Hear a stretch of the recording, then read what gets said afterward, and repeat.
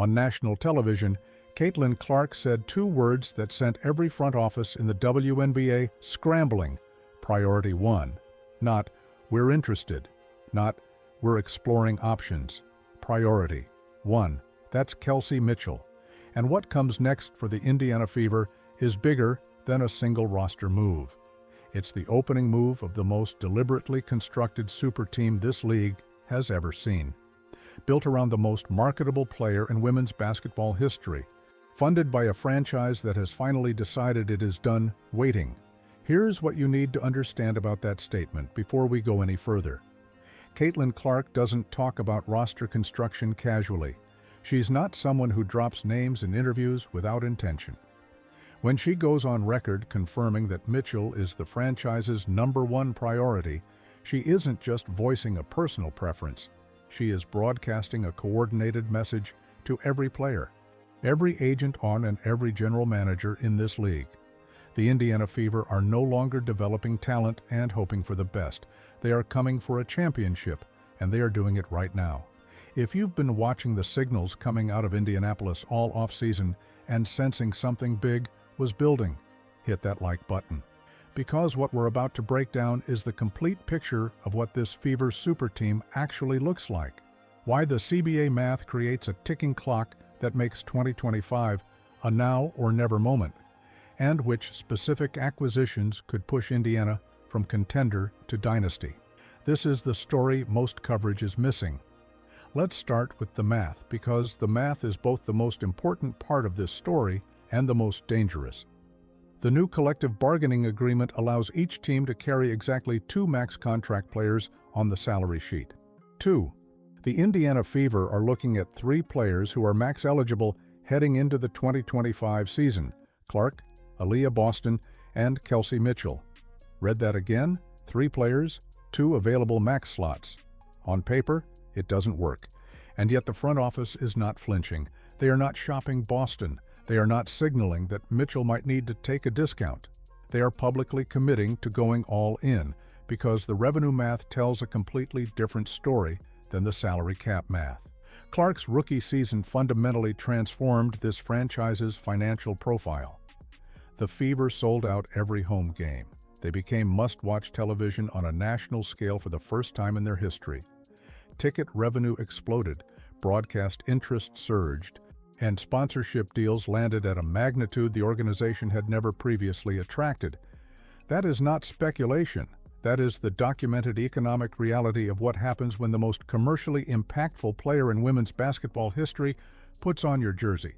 So when ownership looks at the CBA structure and sees 3 max-eligible players, the calculation isn't about panic. It's a strategic bet. Sign Mitchell and Boston to max deals in 2025. Go all in for a championship and address the 2026 financial cliff when it arrives. What makes this moment particularly significant is not just the decision itself, it's how Clark executed it. She did not let the front office manage this through beat reporters or carefully worded press releases. She went on national television and named Mitchell publicly as the priority. That's leverage, deployed deliberately. It shifts Mitchell's market value. It signals to every other contending team that the Fever are not bluffing. And it communicates to every free agent who might consider Indianapolis that this is a franchise with a superstar who is vocal about winning, accountable about commitment, and aligned with organizational leadership. When Caitlin Clark puts your name in a national broadcast, your entire negotiating landscape changes. Now layer on top of all of this the most chaotic free agency period in WNBA history. Over 100 players are hitting the open market simultaneously. The full scope of that number is staggering when you put it in context. The entire league has just 144 roster spots across 12 teams. That means roughly 70% of every player currently under contract in the WNBA becomes a free agent at the exact same moment. This is not normal off-season roster management. This is a complete shuffling of the deck, and it is happening simultaneously with the expansion draft adding another layer of complexity. The Golden State Valkyries will select one unprotected player from each existing team, meaning Indiana isn't just hunting for upgrades in free agency, they're also defending their current roster from being picked apart before a single game tips off. Right now, Indiana has exactly 3 players locked in with certainty: Clark, Boston, and Michaela Timpson. All 3 on rookie deals with no immediate financial pressure. Lexi Hull occupies a more complicated position as a restricted free agent. That status gives Indiana matching rights against outside offers, but zero guarantee she returns. Any team can make Hull an offer sheet the Fever are then forced to match or walk away from. And given the expansion draft is happening simultaneously, every unprotected spot on the roster is vulnerable. The Fever are not just building a team, they are building a team while the floor is moving beneath them. Every day that passes without Kelsey Mitchell's signature on a contract is a day another team can make her a competing offer. And make absolutely no mistake, she is going to have offers. Mitchell averaged over 18 points per game last season and is one of the most explosively gifted scoring guards in the entire league. She runs a fast-paced, spread-the-floor system naturally, which happens to be exactly the offensive environment Caitlin Clark was architecturally designed to operate in. Their backcourt chemistry is not a projection or a hope. It is already proven. When Clark goes on national television and names Mitchell as the priority, she is telling the front office with unmistakable clarity what she needs to actually win. And critically, the front office is not just nodding along, they are acting. The real story building beneath the surface here isn't just whether the Fever bring back Mitchell, it's whether this front office can execute the full roster build that transforms a Big Three into a championship-caliber 8-man rotation. Because here's the hard truth that Clark herself acknowledged when she made that statement. She said we should be favorites if we can bring this group back. That conditional framing is everything. Bringing back the Big Three is the floor. What the Fever do in the spaces around it is what determines whether 2025 becomes a championship run or another painful lesson in what almost was. Let's talk about what's actually being constructed beyond the headline moves, because this is where most of the coverage stops and where the real analysis begins. Before we do, drop your answer in the comments right now. Who is the most important piece of this Fever super team puzzle outside of the Big Three? We're about to walk through every realistic acquisition target, and some of these names are going to reframe the entire picture for you. The players making $60,000 to $150,000 are where championship rosters get built or broken. The Big Three get you into the conversation. The role players determine whether you win the conversation. And the Fever's front office knows exactly what type of player fits around Clark, Mitchell, and Boston, because Clark's style of play is specific enough that incompatible personnel become liabilities almost immediately.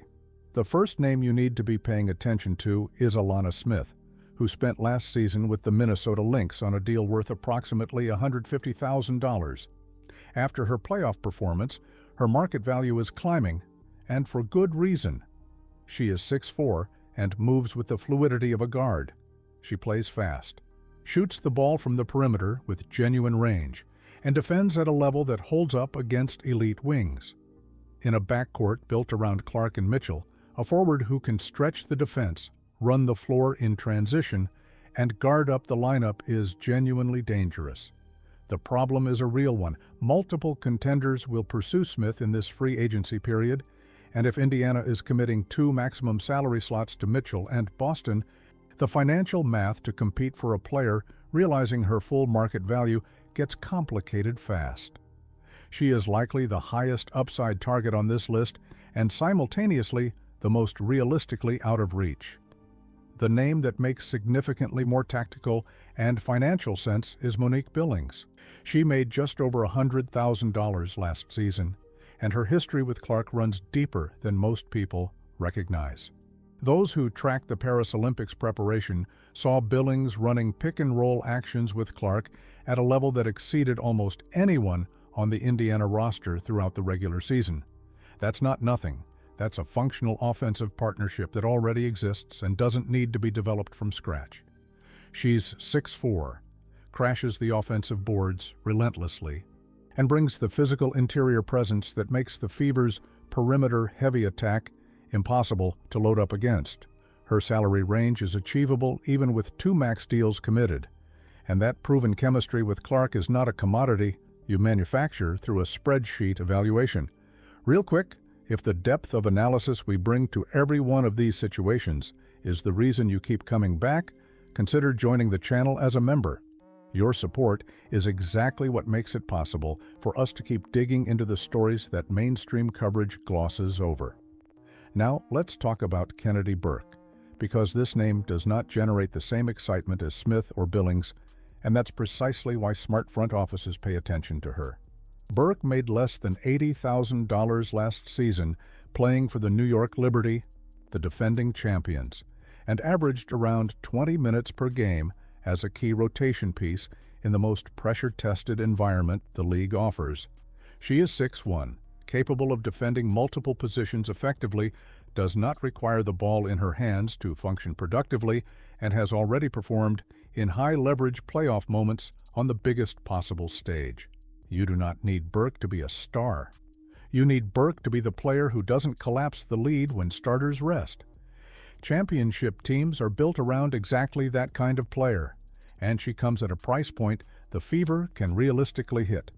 The backup point guard situation is one Indiana cannot afford to neglect, and Julie Van Loo represents a sensible solution. She made $66,000 last season, has bounced between rosters, but has shown in limited minutes that she can execute an offense without catastrophic mistakes. When Clark is operating 35 minutes a night, the backup point guard position is about stability, not creation. Van Loo fits that profile precisely: affordable, steady, and capable of not destroying a 12-point lead during Clark's rest minutes. If you're breaking this analysis down for another Fever fan who needs the full picture, share this video right now, because this offseason is moving at a pace that most coverage simply isn't keeping up with. And the roster decisions being made in the next few weeks are going to define this franchise for years. The biggest wild card in the entire Indiana offseason picture is Tammy Fagbenle, and the story behind this one is genuinely compelling. The Fever lost Fagbenle in the last expansion draft when the Golden State Valkyries selected her from Indiana's unprotected list. She then proceeded to have arguably the best individual season of her career in Golden State, starting games regularly, having offensive plays designed specifically for her, and averaging nearly 8 rebounds per game while shooting 33% from beyond the arc. For context, that combination of 6'4" size does elite rebounding and perimeter range is a unicorn profile in this league.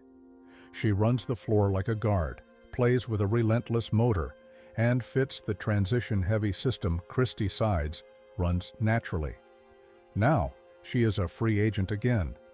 The question is not whether Fagbenle would improve the Indiana Fever.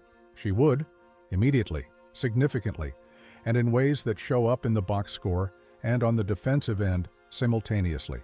The question is whether she'd be willing to transition from featured player in Golden State back to 4th or 5th option in Indiana. Her agent is asking that exact question as you're watching this video.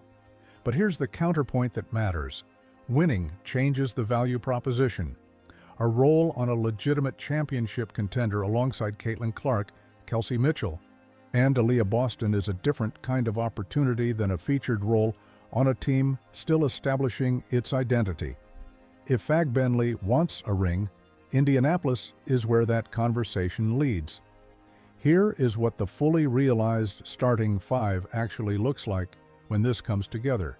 Clark and Mitchell in the backcourt, Boston at the 4, Hull at the wing if retained as a restricted free agent. She shot 39% from 3 last season and has built genuine court chemistry with Clark that makes her presence on the floor qualitatively different from a comparable shooter without that history. That leaves one forward spot in the starting lineup, likely filled through a mid-tier acquisition, and then a bench built around Timpson on her rookie deal, Fagbenle if the return happens, Billings or Burke as the rotation forward, and Van Loo running backup minutes when needed.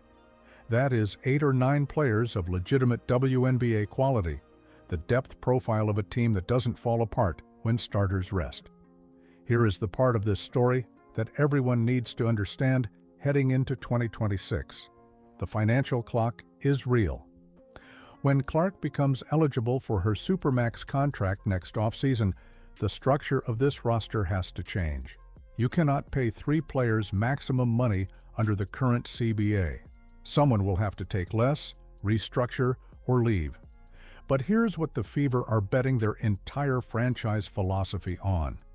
One championship makes all of those complications manageable. A title validates every financial risk taken to get there. It creates a culture that makes players willing to accept slightly less money because the alternative, leaving a winning organization built around the best player in the sport, has its own cost.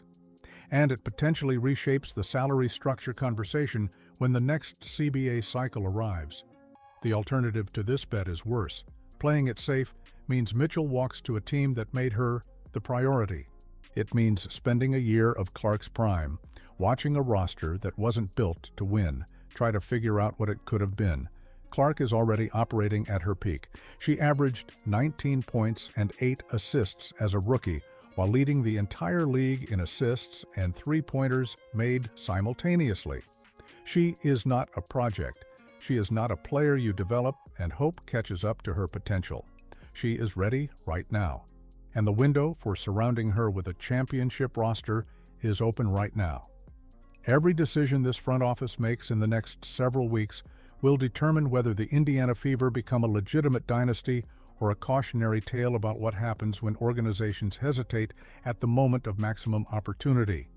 If you are not already subscribed, hit that button now and turn on notifications, because the next wave of moves out of Indianapolis is coming fast, and we are going to break every single one of them down in real time.